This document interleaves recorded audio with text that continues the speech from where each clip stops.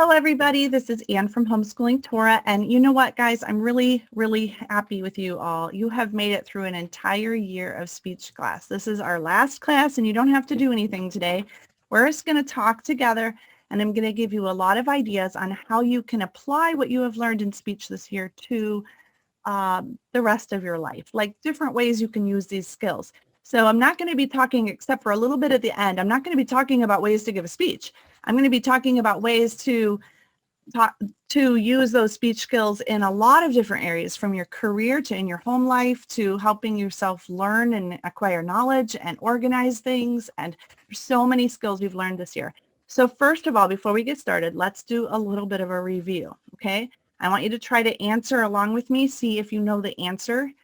You should know these. We've gone over them a lot, okay? So first of all, we would learn how to organize a speech in the most effective way to help our audience hear what we were saying and understand. And everything came in patterns of 3. Do you remember that? So, for instance, one of them, we want to help our audience learn. We want to help them learn to feel, not learn to feel. No, we want them to learn, we want them to feel, and we want them to do. Because the purpose of a speech is not just head knowledge. We want them to put it into their heart and actually apply it to their life by going out and doing what we said. So as you organize your speech, you can start with, what do I want them to learn? What do I want them to feel? And what do I want them to do afterwards? Okay, here was another thing with 3s in it. I think you'll remember this. At the beginning of your speech, say what you're going to say, then say it, then say what you said. So a second ago, I told you that today we're going to apply speech to all kinds of things. We're going to help you. It will help you as you learn new knowledge. It will help you in your career. It'll help you in your home life. It'll help you organize things. And now I'm going to go into that. So I've said what I'm going to say, and then I'm going to say it. And then at the end, I'm going to wrap up. So you'll see that I do that. Another set of 3s that we've talked about this school year is you can say to your audience, this problem, well, like you could present the problem. Like I'm thinking coronavirus, COVID-19 has been such a difficult thing to live through this year. I felt that way too. So you state the problem, then state, I felt the same way. And it helps you have some empathy with your audience. It helps them know that you care. And then you can say, here's what I did to solve that problem. Okay? So state the problem, state, I felt that way too. And then give them some action points on how to solve it. So see how everything is in sets of 3? That's basically what I wanted to review today. Now, some tips we've talked about this year is to start with a story. You can end with a call to action. So start with that story is that same idea of what I just said. You're telling them about a problem in the world, and you're saying, this is how I felt about it, and this is the way I dealt with it. And then always end with that call to action. You don't want them to just listen. You want them to get up from your speech and put it into application. When you are in front of an audience, it is very common to feel nervous. So instead of feeling nervous, think about the needs of one person. Think of one person who is listening. When you're on camera on YouTube or whatever, it is a little bit more difficult because you can't see their faces. But even in an audience of 100 people or 10 people, it can be really difficult your nerves can overtake you. So instead of being afraid, you can look out into your audience and look into their eyes, and you can see someone who's really hanging on what you're saying. There'll be at least somebody who's paying attention, and you can really start to talk to that person, and not to avoid everybody else. You can scan the audience, but thinking about one person, even as you prepare your speech, thinking about the needs of one person. It could be a completely fake person that you make up in your mind, but pretend you're having a conversation with them and start to think about how you can help that person. We talked about ways to see if they're learning. You can watch to see if their eyes light up. We talked about how scripture says that he opens the eyes of our understanding, and the eyes are a pathway into someone's brain, and you can tell if they are learning or not. We also talked about how the sweetness of lips increases learning. So as you speak, you can use humor, you can use gentleness and kindness, and it increases the learning of people. And then finally, as you come up with speech and what you're going to talk about every day, you can say, what do I know well? What am I really passionate about? And those are the things that you're probably being called to use speech in your life. So you have something that you're passionate about, that you care about, that probably no one else in your family, or maybe your family is all passionate about something, but your neighbors and others in your community don't care about it that as much. If you're passionate about it, that's because you are probably called to do something about it. Okay, so that's just the review. How'd you guys do? Did you remember most of those things that we talked about? Pretty much. Good. Okay, so for today, there are 6 ways I thought of that you can apply speech to a lot of areas of your life. First of all, learning to be a good speaker will help you increase your own knowledge. Now, a lot of you are approaching high school graduation, and no one is going to be standing over you saying, you need to learn this. You're going to be having to take responsibility for what you learn in the rest of your life. Now, I've got some scripture that we're going to read for each of these points that we're going to make today. Proverbs 1:7 says, the fear of Jehovah is the beginning of knowledge, but fools despise wisdom and discipline. As you go out into life, you can act like a fool, or you can act like someone who actually has a fear of Jehovah and know that he has a purpose for your life and you want to serve him. You love him. You want to please him in every way. And because of that, knowledge has a really good basis to begin working in your life. And it's definitely not something about school. It has nothing to do with being homeschooled. It has everything to do with growing up and taking responsibility. On the flip side, fools despise wisdom and understanding. They're like, really, do I have to learn anything else? There's a really interesting survey that was done about adults that, surveyed them to see how many of them read a single book after graduating. Maybe some of them were graduating from high school, some were graduating from college, but far and above any other answer on the survey, most of the people in our country never pick up a book unless they're asked to do so for their job or their schooling. Like they just play on Facebook, or they just, do hobbies, play video games, watch TV, get all of their information from watching YouTubes, but never reading, never studying. Now, I'm pretty sure that's going to be different for you guys, that you're not going to be like that.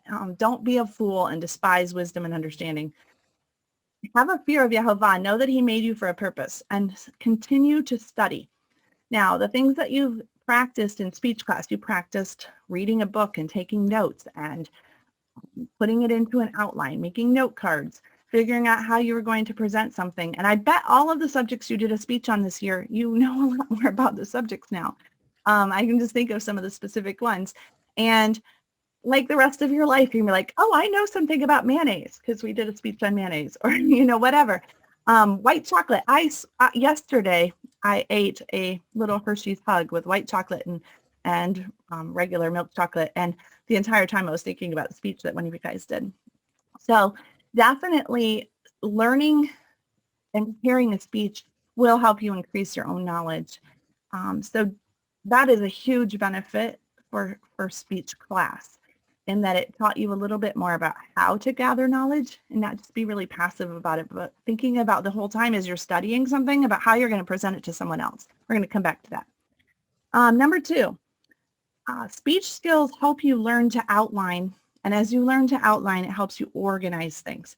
So in speech, you're organizing thoughts and you're going to present them. But what other things in life do you have to organize? You've got to organize a kitchen.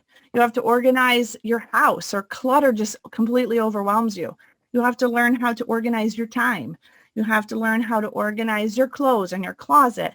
You have to organize people. If you're going to manage a group of people in a job, or manage children as a mother, you have to organize things. You have to put things together, and you have to figure out the most, what order of to do things that makes the most sense. And that's a skill that you worked on in speech class.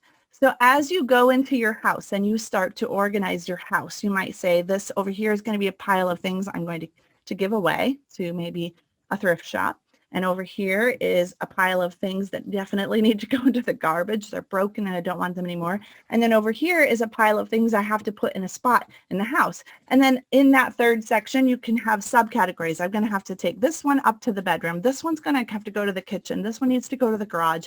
This one needs to go out to, the living room, or the backyard needs the spots. This needs to be returned to the car. So do you see how that's organizing? You're just making an outline. That's all organizing is. And doing that for your speech class helps you in so many ways. You can apply those skills to life if you just think about it for a second. So the next time someone says, would you be willing to organize this event? You could just go into it haphazardly, or you could actually make an outline like you did for speech class and figure out how to do it and then break it down into all of its steps. So I do want to read a couple verses, and then I'm going to give you a tip if you still have a little bit of time left in high school. But first, let's read Luke chapter 6, verse 45.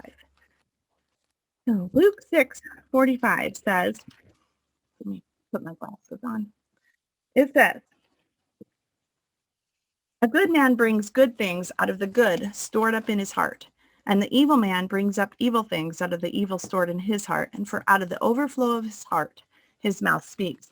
Did you notice, though, that a good man has things organized in his heart, and he has them set in categories, and it's neat and tidy? Even his heart is neat and tidy. Everything about life is easier when everything is in its place, a place for everything.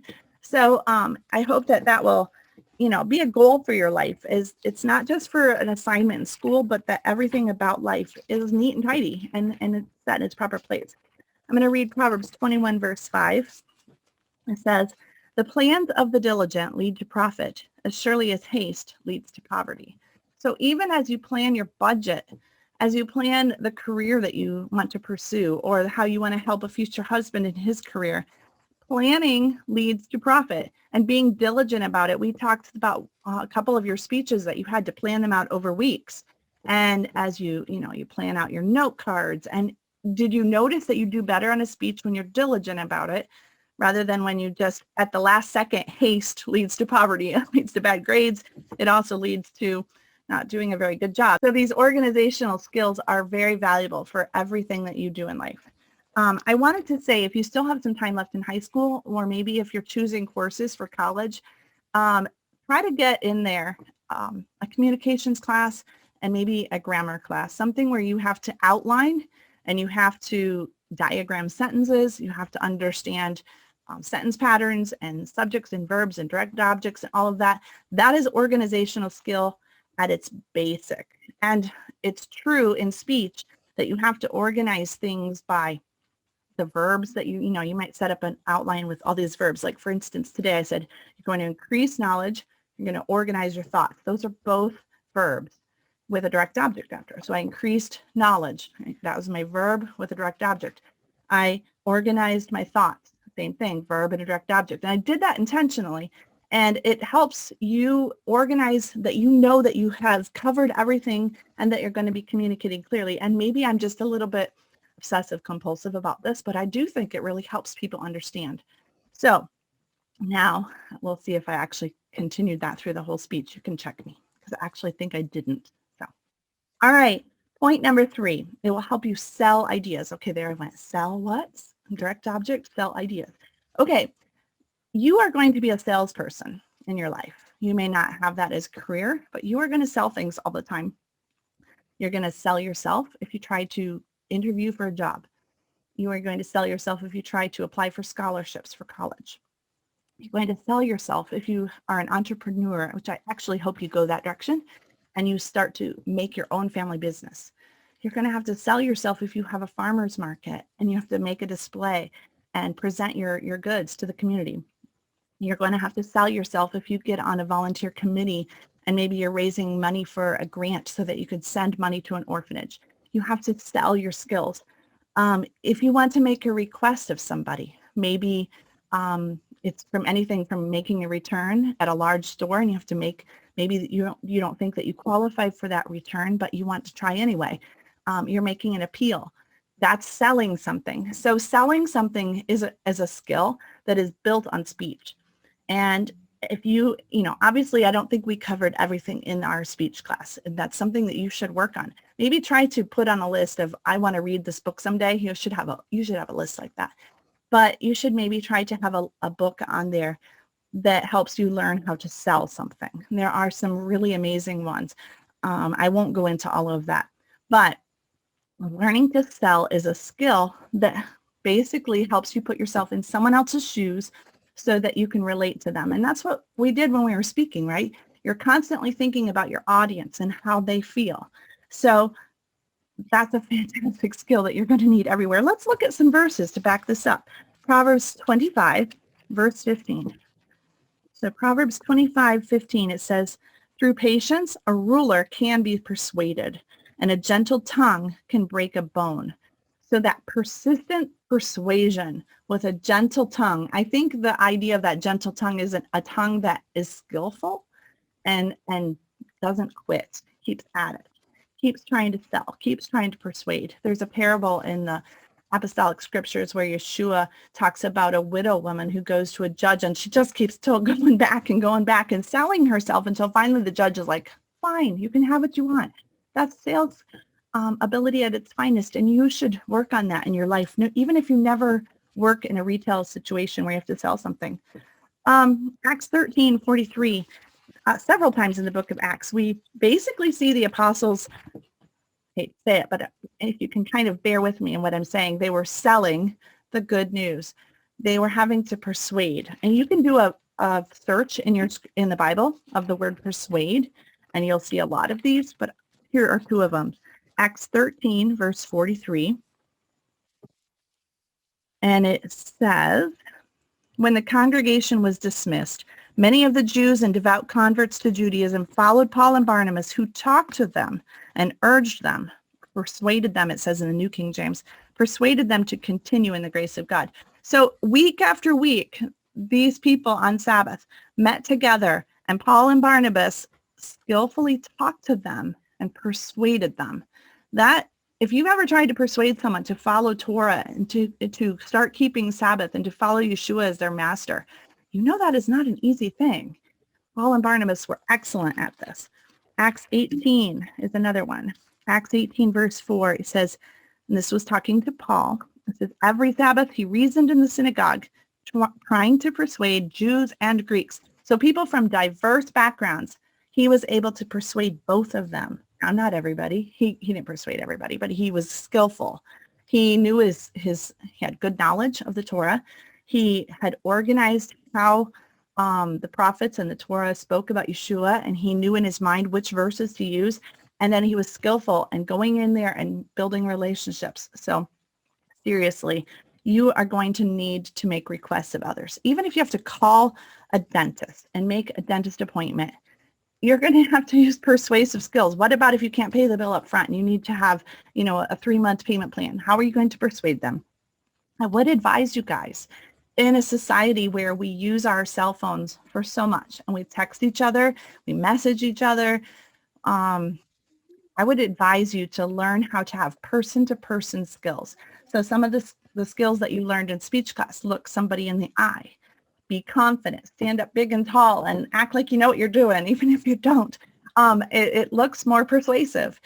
Think about that person, not just your needs. The way that you make your presentation. Think about how they're hearing it. Is this something that's going to benefit them? And as you think about their needs and not just your own, they're going to be more likely to hear you with favor. So anyway, those are incredibly important skills. And again, there's so much. That's a whole entire topic. If you end up going to college, maybe you can take a marketing class. And don't think of it from a humanistic perspective. Think of it from a scriptural perspective and learn some good ideas, because everywhere we are selling something. Number 4, communicate to be understood. So there was my grammatical mistake. I couldn't think of a verb and a direct object.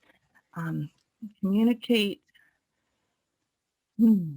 Communicate what you want to be understood. I don't know. I couldn't figure this one out. But one of the things that you learn in speech class is how to communicate with others so that they actually understand you. Let's look at James chapter 1.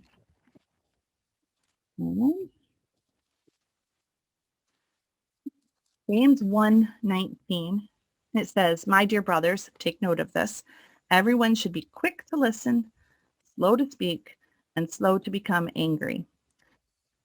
I was told this little story when I was a kid. I think I was quick to talk and not very quick to listen, but they would say, well, you have 2 ears and 2 eyes, but only 1 mouth, because you're supposed to listen and you're supposed to see twice as much as you say.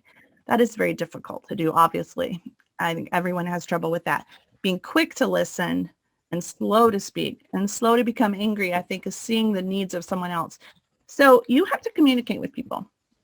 And if you only think about yourself all the time, you are not going to be a very good communicator. Or people who just simply refuse to talk, they are not going to have a good marriage. They are not going to have good friendships. They are not going to have a good relationship with those in their local congregation. You have to learn to communicate. So we got a new couch in our house last night. It was delivered, and my son and my husband were trying to carry this really heavy couch up the porch steps through the front door, and it was too big, so they had to take the door off, and there were hinges that were left, and one of those hinges was really sharp. And as they brought this couch, it was wrapped in plastic, thankfully. As they brought this big couch in through the front door, the hinge caught it and snagged on it. Well, one of them realized it and was trying to figure out how to get unattached. The other person didn't know it was caught, and they were trying to keep pushing the couch through the door, and they forgot to communicate with each other. One of them almost dropped the couch, which was really heavy. So in a situation like that, I mean, I would have done the same thing. It's really hard for me to think on my feet, but in a situation like that, it would be better if the two of them communicated with each other. Say, hold on a second, it's stuck. The other one saying, instead of trying to turn it funny and keep pushing, would have said, is there a reason you stopped? Talking to each other can solve a lot of problems instead of just assuming that you know what the other person is thinking or assuming that they don't need to hear what you're thinking. They should just read your mind. No, people can't read your mind. If you're giving a speech in front of a group of people, they have no idea what you're going to say. They cannot read your mind. You must say it or they won't know it. And sometimes you have to use visuals and you have to say it several times because they can't hear you just one time. With your friends, you're going to have a disagreement sometime. If you communicate right away, it says in Ephesians, before the sun goes down, on your wrath especially, that will solve so many problems. If you have parents that you want to make a decision with your life and they don't understand it, communicate with them, talk. The basics of speech class is learning to say what you're thinking, and it's so hard to actually do this in real life. When you get married, if you want a good marriage, you must communicate. Sometimes the women are better at communicating. We talk, but we're not very good at listening. And sometimes husbands aren't very good at speaking, and they're listening and they're thinking things, but they don't tell their wife. And that's just a broad generalization. The basic idea is to make sure you talk to each other. And if you have an issue, clarify it right away. Don't wait. Do it before the sun goes down. And for your children, when you have young children or older children, and I'm assuming you'll be blessed to be a parent someday, you have to communicate. So some of the things that we say when we communicate is say something positive, say something that you really like about the situation and thankful for, and then say what you're critical about, and then finish it out with something, again, that you're thankful for and thought was positive. That's called the sandwich method. And 2 loaves of bread or the 2 slices of bread are the positive, happy, thankful things. And in the middle is the thing you're critical about. And again, just like you have 2 ears and 2 eyes, you're saying 2 nice things with one thing in the middle. And that tends to go over better. If you have to give a speech where maybe you're criticizing a company or explaining something terrible that's going on in the world, you might be really radical and actually say some good things at the beginning and end and put the negative thing in the middle. Nobody really does that, but it might be good. People might hear you more. Okay, number 5, learn to control your nerves and your fear. That's a skill that you might need more than just one speech class to overcome, because you've given just a few speeches this year, and that probably wasn't enough time for you to learn to control your jitters and just the absolute dread of getting in front of a camera or getting in front of a group of people. Learning to control your nerves, I want you to differentiate between the feelings and what's actually happening. Your feelings happen because your body is reacting in a normal way. You have a burst of adrenaline, and you cannot help that you have a burst of adrenaline. And in fact, that burst of adrenaline might help you think more clearly. The burst of adrenaline also makes you shake, and it makes you talk fast, like I'm talking fast this whole time, and it might make you say a lot. And seriously, you might feel like you're going to pass out. You feel like your mouth is dry and you can't get anything in there. And you have to swallow all the time. You have to go to the bathroom when you're supposed to give a speech in like 1 minute and you don't have time to go to the bathroom. All of these things are normal responses to adrenaline. Those are just feelings. Someone who takes control of their feelings says, oh, well, and they get up there and they start talking anyway. I was thinking, we were reading in our family Bible time from Joshua, chapter 1, I'll read verse 9, but think about Joshua. He's getting ready to lead the entire congregation of Israel to fight against a city that's walled and very strong. And 40 years ago, they didn't feel up to this battle. They were very, very afraid. And he has to follow in the footsteps of Moses, for Pete's sakes. That is extremely difficult. And yet Joshua was told to be bold, be strong. Let me read verse 9. Yehovah says, have I not commanded you? Be strong and courageous. Do not be terrified. Do not be discouraged. For Yehovah your God will be with you wherever you go. He doesn't say don't let your knees shake. They probably were. But he's supposed to just go anyway. It's a command, and he was supposed to do it, whether he felt like it or not. And that's a thing that you've learned this year. You have Thursday at 2 o'clock comes around and you have a speech class. Probably at 1 o'clock or even the day before or the weeks before, you didn't want to do it. I know you didn't. Nobody does. But you did it, and you accomplished it. And now you can look back and say, I didn't die. I thought I was going to, but I didn't. And it turned out pretty good. I got a good grade. So learning to be bold and go into a situation in which you're afraid is a skill that is incredibly helpful for every area of life. Someday, if you're a girl, you might be getting ready to have a baby. You cannot help that situation, but you can be bold and strong and know that Yehovah is with you. And even though you're afraid, you can go into it. You may have a job interview with a big company and you may not feel qualified, but just going in there with confidence that Yehovah will help you, you may be surprised how well you actually do and how many people don't even show up because they're afraid. Learning to overcome fear requires self-control. Means you have to tell your body, I know you're shaking, but too bad, you're going to do what I tell you. So that's self-control. And you can tell your body to do things like that. The same thing with when you're studying. You may be afraid, and when you're afraid, you decide to procrastinate and not actually prepare just because you were afraid. Self-control says, I don't want to do this, but I have to do it, so I'm going to study tonight. And think of Yeshua in the Garden of Gethsemane before he died. He said, I don't want to do this. My words, I'm paraphrasing. And yet he did it anyway. And so that's self-control. I was looking up on the internet to prepare for this. I saw a lot of people say that speech class gives you confidence. It builds your confidence. And that's really true. Maybe this was the sentence I should have used. I should have said it builds your confidence. Because it would build, that's what I should have done. Unfortunately, that is missing something. Build your confidence in what? Like if you're building your confidence in you, that's nice, but sometime in your life, you're going to go into a situation that seems impossible. That's nice to have confidence in you, but you're not going to be able to do it. Who should we really have confidence in? In Joshua, it said, for Yehovah, your God will go with you wherever you go. So your confidence, even though all the internet websites and blogs are going to tell you, have confidence. Have confidence in what? I mean, it's okay to say, I'm not really good at this. No, have confidence in Yehovah. He will go with you. I'm going to come back to that in point 6 because that's really important that you get a grasp on that. Before I do, I'm going to read 2 Timothy 1, verse 7. This would be a great verse to memorize if you struggle with your nerves.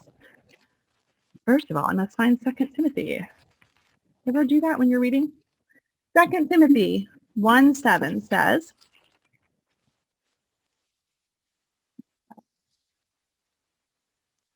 okay, there it is. For God did not give us a spirit of fear, but of power and of love and of a sound mind. And that word sound mind is sometimes translated self-discipline or self-control. So he has given us a spirit of power and of love. Those are two incredible skills when you're giving a speech. He is with you. That gives you some power, the authority to get up there. You were asked to do it. And of love, thinking about your audience, and of self-control, sound mind. Just saying, you know what, I'm going to do it. My mind is sound. I will make my body do what I tell it to do, even though my feelings are not going along with it. Don't have the spirit of fear. Let's go on to point 6, because I mentioned something a second ago about having an understanding that Yehovah is with you wherever you go. Point 6. Having speech skills will help you if you were ever asked to preach or lead assemblies or spread truth in some way. And now this one, of all the skills I've talked about today, this one really does apply to giving speeches in the real world. And as a Torah observant young adult who believes in Yeshua, you have a message that is very different from most people in Christianity in America. Obviously, you're pretty radical. So you may be asked to give an answer for what you believe. And if you're a young man, you may be asked to actually get up and speak in your local congregation. Someday you may lead a congregation. You may preach. It doesn't matter who you are going to be called to spread truth, to share the gospel, to explain what you believe and why. I think if you're going to do this, and since we know that we're all called to this, I think it would be wise to ask for opportunities as soon as possible and get some practice. You really need a lot of practice to become a good speaker. Just learning about it in a class does not really give you practice, not like you really need. So here are some ideas. Begin with maybe asking if you can do a reading in your local congregation on Sabbath. Maybe you can read a little bit of the Torah portion, and you'll be nervous. You're reading in front of people and your voice is shaking and your hands are shaking and you can't find it and you stumble over your words and you say a lot. But as you do it again and again and again, you will get skills. You could ask to lead in prayer or to take prayer requests or to teach a children's lesson. In fact, I think teaching a children's lesson is one of the best ways to learn all these speech skills because kids are so forgiving. They are not going to sit and criticize you. They are going to listen and pretty much pay attention. And you can learn to work on getting their eyes of understanding and see the light bulbs go off. It's really fun to do that with children. And children is such an excellent way to learn how to tell stories in a way that, if every child is staring off into space or making airplanes, as you talk, you're pretty much sure that you need to work on your storytelling skills. But if you've got their eyeballs looking at you, you've got that skill down. Where adults are a little harder. So teaching children is a fantastic way to start. There's an excellent organization called Child Evangelism Fellowship. You can look them up online. They are a Christian organization, but they work very well with Messianics. And so they teach what sin is, that it's a violation of God's law. So it would be a good organization that you could work with. And they have classes that you can take online or in person, and you can practice with children, teaching them stories and learning how to do it, how to give an introduction, how to give a conclusion, how to help them memorize things. It's just a really fantastic program. So that's a good one to consider. You might consider starting a blog. And if that's not speaking, but it's kind of the same skills. Writing and speaking use a lot of the same skills. You have to have an introduction, you have to have a conclusion, you have to have an outline, you have to have good grammar, all of these things. And you can tell by the amount of comments you get back and how many shares you have if you got your message across very well or not. And that's just a fantastic way to do it. And there are a lot of ways to learn to be a blogger. And I won't go into all of that right now, but you can Google that. Also, you could get a YouTube channel. Maybe you're better that way.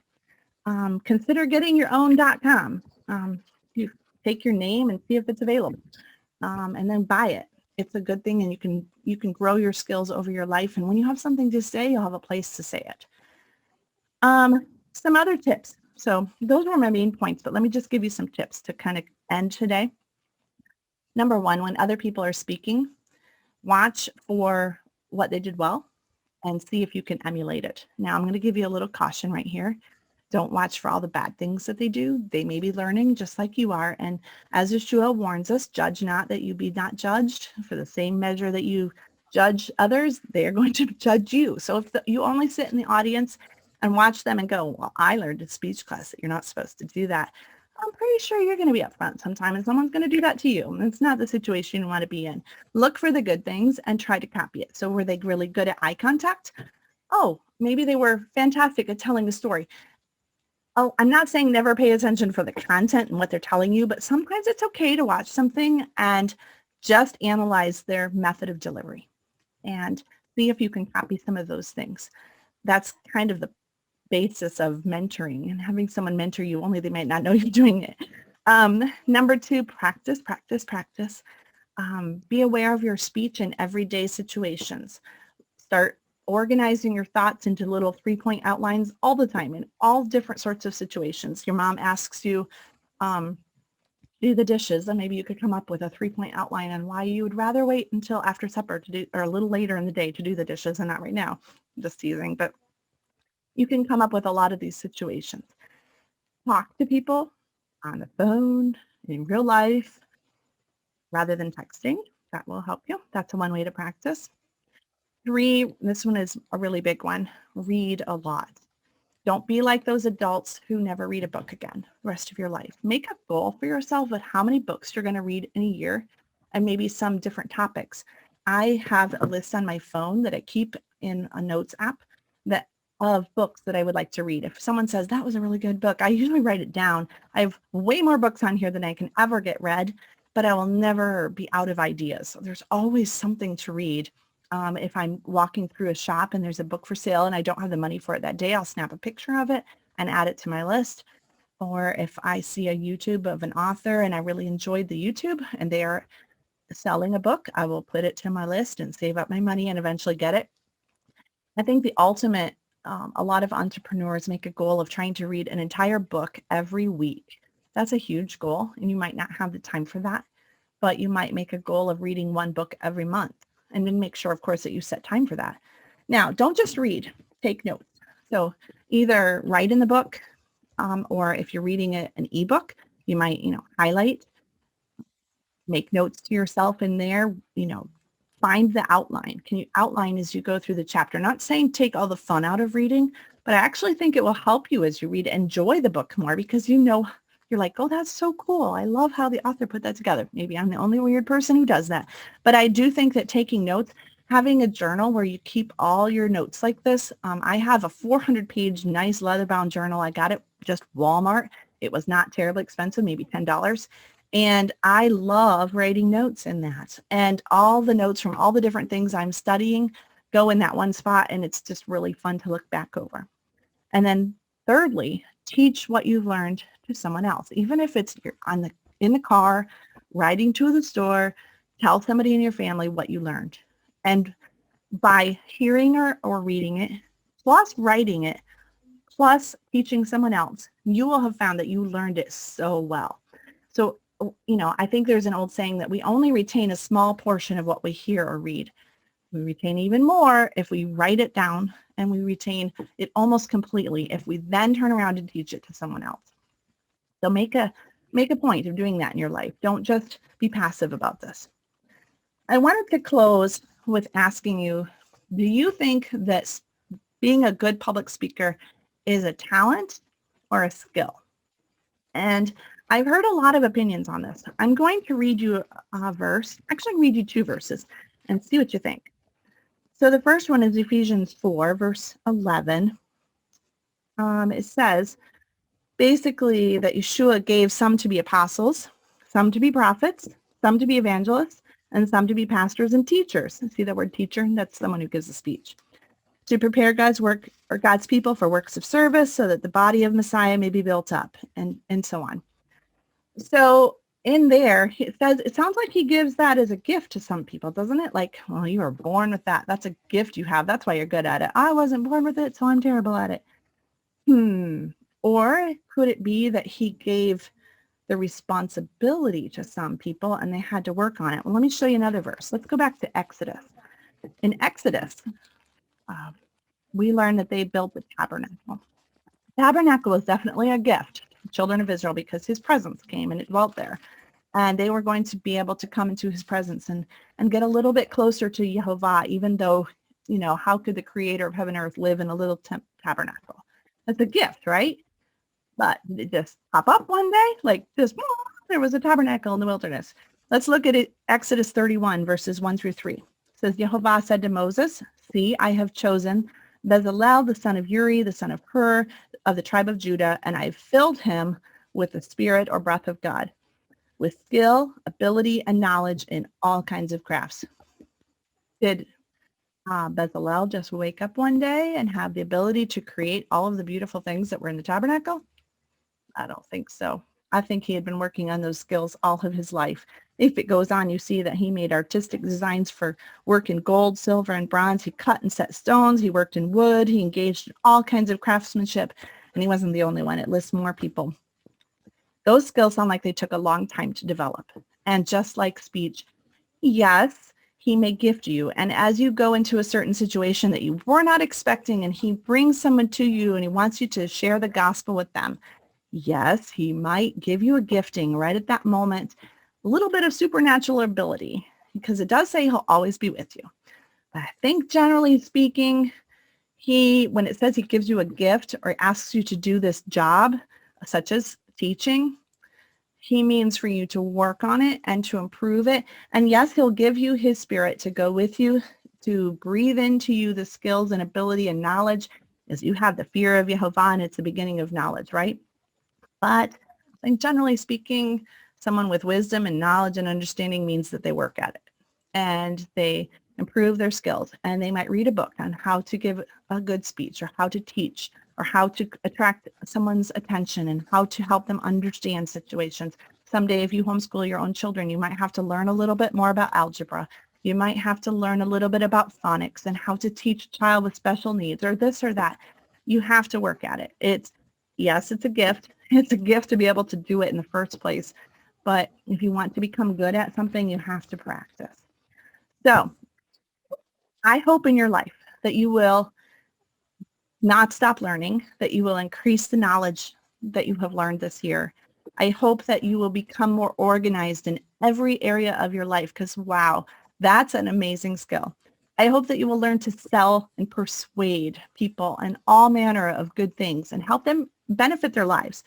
I hope that you will have good communication skills with your family, your friends, your loved ones, and so that you have a happy home and a happy life.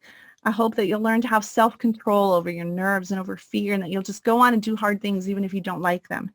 And I hope that you will, most of all, spread truth and learn to be a leader in your local congregation, in your home, and out online. I hope you'll have a presence where you can get the truth of Torah and Yeshua out to the world.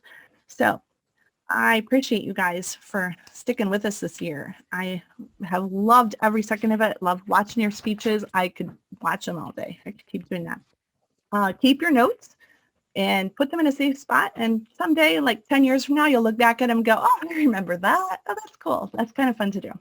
So shalom and keep in touch. Let me know how your guys are doing.